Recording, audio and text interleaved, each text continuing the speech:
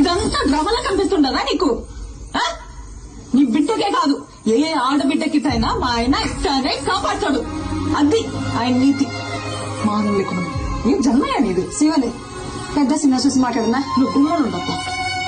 నీ కొడుకునంటే నువ్వు ఊరుకుంటావేమో గాని ఎవడైనా నా మొగుడినంటే నేను ఊరుకున్నదే లేదు.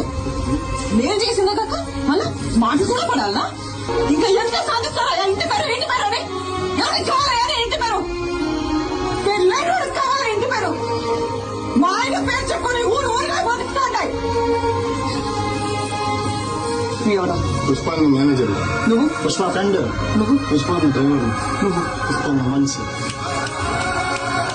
ఇలా ఎవరినైనా అడిగినా వాళ్ళ పేరు చెప్పుకో. పుష్ప మంచి అని చెప్పుకుంటారు. ఇదంతా ఎందుకయ్యా? ఈయనెవరు? పుష్పాలన్నా ఇది నా మొగడంటే. యో, పుష్ప అంటే పేరు కాదు, పుష్ప అంటే బ్రాండ్. చిన్నమ్మ చిన్నమ్మ అసలు ఆపు. నువ్వు ఉన్నారు కదా ఇక్కడ తాటి చెట్లగా తీసుకువెళ్ళి వీళ్ళు కొనుక్కుంటారు. సమీ పోదామా సమీ?